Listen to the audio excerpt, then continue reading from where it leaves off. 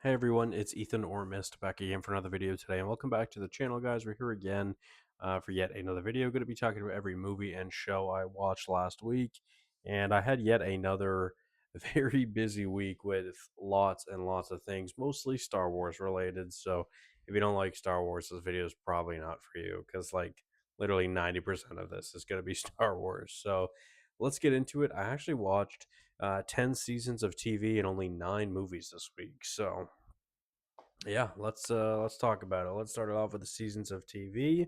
My least favorite of 10 is Star Wars Tales of the Empire, which I ranked a 68 out of 100.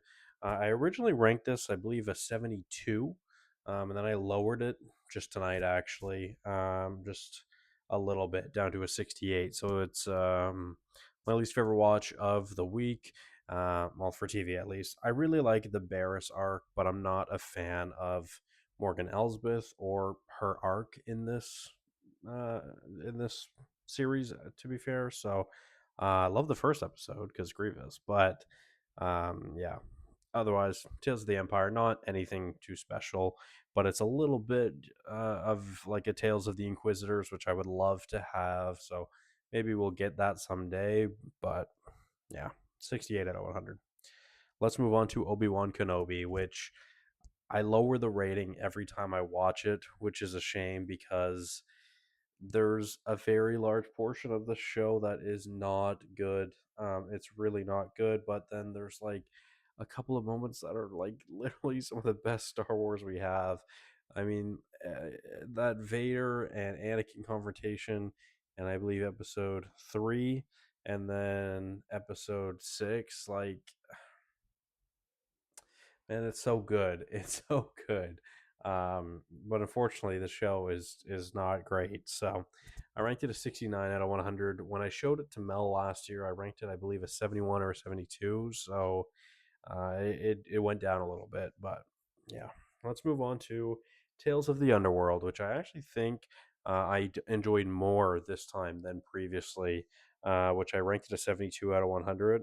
I could honestly maybe even rank it a little bit higher, but rewatching all of Clone Wars and Tales of the Underworld, I've definitely grown an appreciation for Bane that I did not have. I quite enjoy Bane now, which I didn't really care for Bane, especially throughout Clone Wars on my first watch. So that's nice. And Ventress is honestly probably a top 10 character in Star Wars for me. So I love to see Ventress at any time. She was a very nice surprise when I watched Bad Batch this week as well, which we'll talk about shortly. But yeah, 72 out of 100 for Tales of the Underworld. And let's move on to season 1 of The Bad Batch, which I ranked to 75 out of 100. Um, Definitely my least favorite of the 3 seasons, but this is perhaps the most well rounded animated show that Star Wars has made. I could actually see myself liking this more. So you never know. That would be kind of cool, obviously. Like I said, I ranked it a 75 out of 100. So I think it's good. But again, I enjoy this more than I ever remembered when I watched it years ago when it came out. And I never finished Bad Batch. So this is my first time actually watching the whole show as well, and it was a nice surprise. But yeah, season 1 is 75 out of 100. So let's move on to season 2, which I ranked an 82 out of 100. And this is a great show. This is a really great season. Um, Whenever we're kind of focusing on the corruption levels of the Empire as it already begins, it's probably my favorite arc from the show, probably, maybe. Captain Rex, one of my favorite characters in Star Wars, so not surprising that he kind of, his arc kind of falls into my favorite arc of the show. So 82 out of 100 for season 2. Now let's move on to Tales of the Jedi, which I really love this show. It's really damn good. The contrast of two Jedis who learn the inabilities of the Jedi. That's not the right word, but they find they actually question the Jedi Order, and we see the very different contrast of those two Jedi's who do not have faith in the Jedi Council, do not have faith in the Jedi anymore and their ways. And you see one fall to the dark side and one make the choice to not fall to the dark side. And I think that's really great because I saw a review about this actually today, but Dooku literally fell to the dark side out of the kindness of his heart, which is sad. It's really sad, and that's just the way that the Jedi exploit you. And yeah, 84 out of 100. It's my favorite Tales show, and I wish we had more. Like I said, a Tales of the Inquisitors I think would be awesome. Tales of the Sith, obviously. Whatever else.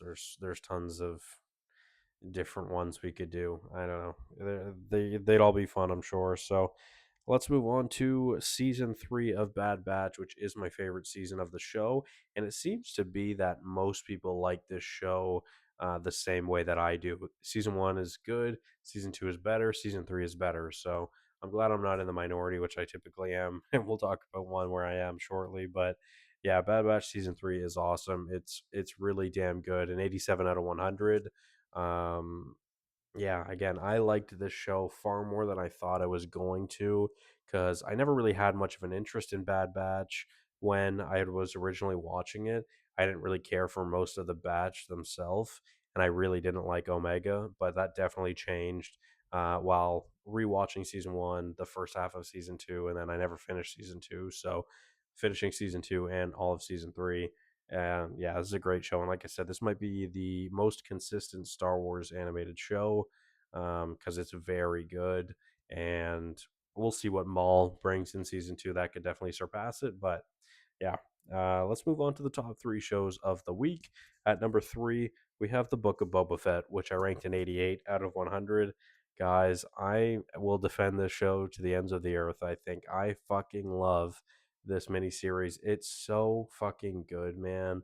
I wish people liked this show. It's got like a 2.9 average on Serialized, which is dreadfully low. And I really, really disagree with it. I think this is an almost amazing show. I love this show very, very much. Um, so yeah, I don't know. And there's a part of me that honestly thinks that if this was actually just a season of The Mandalorian, people would love it. And people were just disappointed because this is Boba Fett. Now, I don't know if that's the case, but yeah, anyways, I think this is a great, great show and I love it very, very much. And I ranked it an 88 out of 100.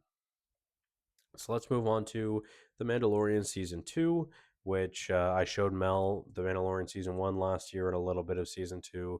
She wasn't really down to watch it. So rewatching it this year, I actually enjoyed Season 2 a little bit more.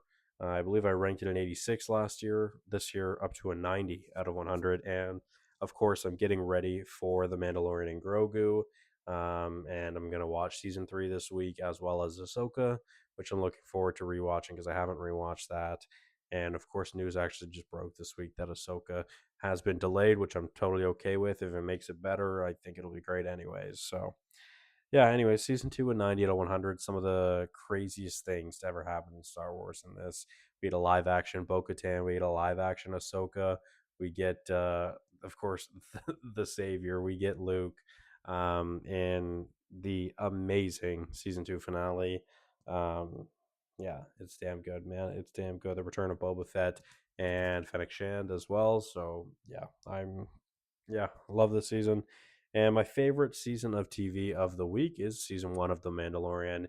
It is a true sci-fi western and I love it. It's so fucking good, man. And yeah, it's really great. It's probably my second or third favorite live action Star Wars season. I think Andor season 1 and 2 might be out of it, but it's pretty close. So yeah, anyways, watched a lot of seasons of TV this week, and I'm sure you noticed. And if you didn't know this, I was going through timeline order all of Star Wars, starting with Young Jedi Adventures all the way to Rise of Skywalker in timeline order, which I think I'm gonna have to tap out on because unfortunately I didn't have time. I delayed. I put it off too much. And although I've watched a shit ton of Star Wars the past couple weeks, especially while Mel was away on vacation, I watched so much fucking Star Wars the past couple weeks. I'm so far away from catching up. Being able to watch Andor and Rebels to get me to the Mandalorian, and the sequel trilogies, I should say, or the original trilogy, sorry, as well, to get me to the Mando verse, the Mando era, Mando, Boba Fett, and Ahsoka. Like I simply just didn't have time to watch all that, so I skipped over the entire Rebellion era, which really hurt my soul because I was looking forward to rewatching Andor. I've only watched Rebels once, and I didn't really love Rebels, and everyone loves Rebels, and honestly, I don't know why. um, and of course, I wanted to watch the original trilogy, so I don't think I'm going to. Unfortunately, I was planning on. I don't know. I'm still up in the air if I'm going to go back in time to watch the Rebellion era, to then come back to the the sequels trilogy, the Resistance era. So I don't know. Anyways, enough rambling. Let's get into the movies. Let's start it off with my least favorite of the week, which more Star Wars, the Ewok Adventure, which I ranked a 35 out of 100. This is probably literally my least favorite thing Star Wars has ever made. But this doesn't even feel like a Star Wars movie. There are so many just like Earth animals in this movie for some reason. There's like horses, there's owls, there's I think like weasels. Like I don't know, it doesn't even feel like a Star Wars movie like whatsoever. It feels like Ewoks are on Earth, and this was a hard movie to sit through. This is how I started my week as well. So a 35 out of 100 is not great, but yeah, let's move on to its sequel to Ewoks: The Battle for Endor, which I did enjoy a little bit more. I ranked it a 40 out of 100, but similarly, at least this one felt a little bit like Star Wars. But again, it's just dreadfully hard to sit through. Both of these movies are just not good, and they're so fucking boring. They're so boring. So yeah, 40 out of 100, not great. So yeah, let's move on to I think the newest movie on this list.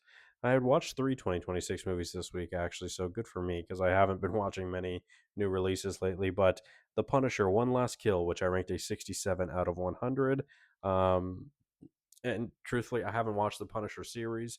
I haven't watched Daredevil, or Daredevil Born Again, so maybe I'm not in the loop like I should be. But I think this is a decent action movie. I originally ranked this as 77, and I brought it down to a 67. It felt a little bit more accurate because I did find while watching it the editing was kind of weird. I didn't love it, and the music choices were choices as well. And of course, there's that one really bad scene of CGI. But yeah, I think it's decent. I just don't think it's good, So it's definitely my least favorite of the three little TV short films that Marvel has released.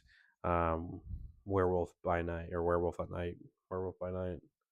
Anyways, is my favorite still. So yeah, Punisher: One Last Kill is 67 out of 100. And let's move on to Solo, a Star Wars story, which I believe last year I ranked a 70 out of 100 when I showed it to Mel. This year I'm ranking it a 68 out of 100. It's okay. It's not great. There's a lot of moments in this that are just okay. The Kessel Run is pretty awesome. I really enjoy that. And of course, Maul at the end is my king. So yeah, I also skipped Maul in the timeline because I needed to catch up in my timeline, but that was before, or in the timeline watch, but that was before I decided I don't think I'm going to continue the timeline wise. Anyways, another tangent that's not important. So I ranked Solo a 68 out of 100. I think it's decent. Let's move on to a little short documentary, Under the Helmet: The Legacy of Boba Fett, which I get to learn a lot about the actual behind the scenes of making Boba Fett, which is very interesting. If you've never seen that or never seen this, I would definitely recommend it. It's only like 20 minutes, so it's quite interesting. You get to learn about the actual creation of Boba Fett, and the man under the helmet. So I ranked it a 75 out of 100. I think it's decent. Or I think it's good, and I learned a lot. So yeah, that's the positive. So let's move on to. Oh, I was going to say the top three, but no, not quite. Let's move on to another new watch, which is Obsession, which this movie is getting crazy, crazy good reviews right now. It's got an average of like a 4.2 on Letterboxd right now, and I'm actually kind of under the average, ranking it a 3.5 stars. I ranked it a 79 out of 100, which is my highest 3 stars. I didn't want to. It's not quite that 4 star for me. It's close. Maybe the more I think about it, it might go up, but I think it's a good movie. We have a really great um, acting performance from, I think it's pronounced Indy Navarrete. I'm honestly not sure, but she's great. And there's some really creepy horror aspects in this and horror sequences. Not relying on jump scares. It's just genuinely creepy as fuck. There's a couple of jump scares, but yeah, this is very good and it's quite frightening. But it's not my favorite horror movie of the week or of the year, which we'll talk about here shortly. But let's move on to kind of the odd man out of this list. It's kind of weird, but A Few Good Men. Rob Reiner is one of my director goals for the year. I want to watch more of his films. A Few Good Men is one. I get to watch it with one of my coworkers. And yeah, I think it's a really great movie. I guess it is a play or was made for a play. I don't remember. I remember reading something about that, but a lot of people don't like when plays are translated to movies. I personally do. I thought this was great. It's very dialogue driven, and I enjoy it a lot. I think it's really great. I don't know why that's a problem for some people, but this was very interesting to me, and I was locked in. This was an awesome movie.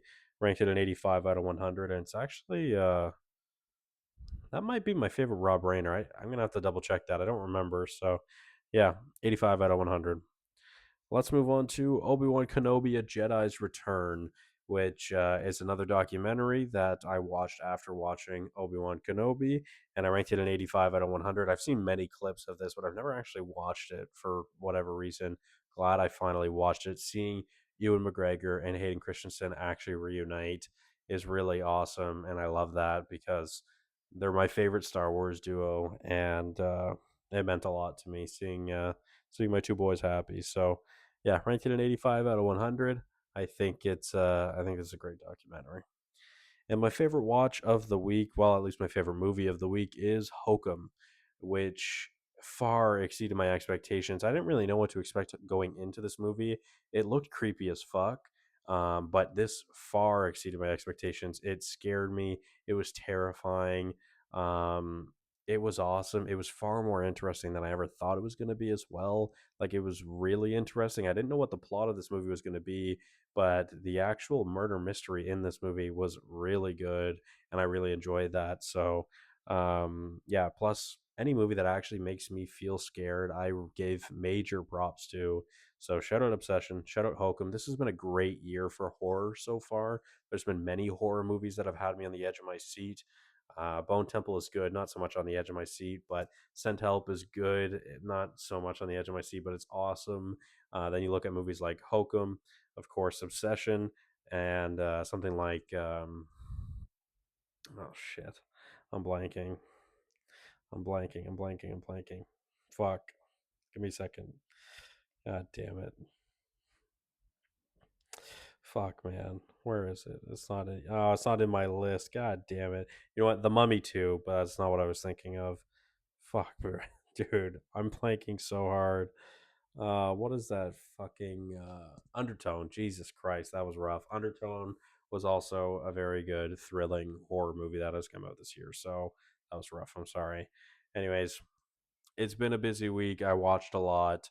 Probably gonna watch more movies this week. Probably gonna take a break from Star Wars TV because, like I said, I think I'm pretty sad that I couldn't catch up and finish the timeline order in order. So yeah, I'm probably gonna tap out and maybe try to do it next year. So thank you guys all so much for watching. Hopefully you did enjoy, and I will see you guys in the next one.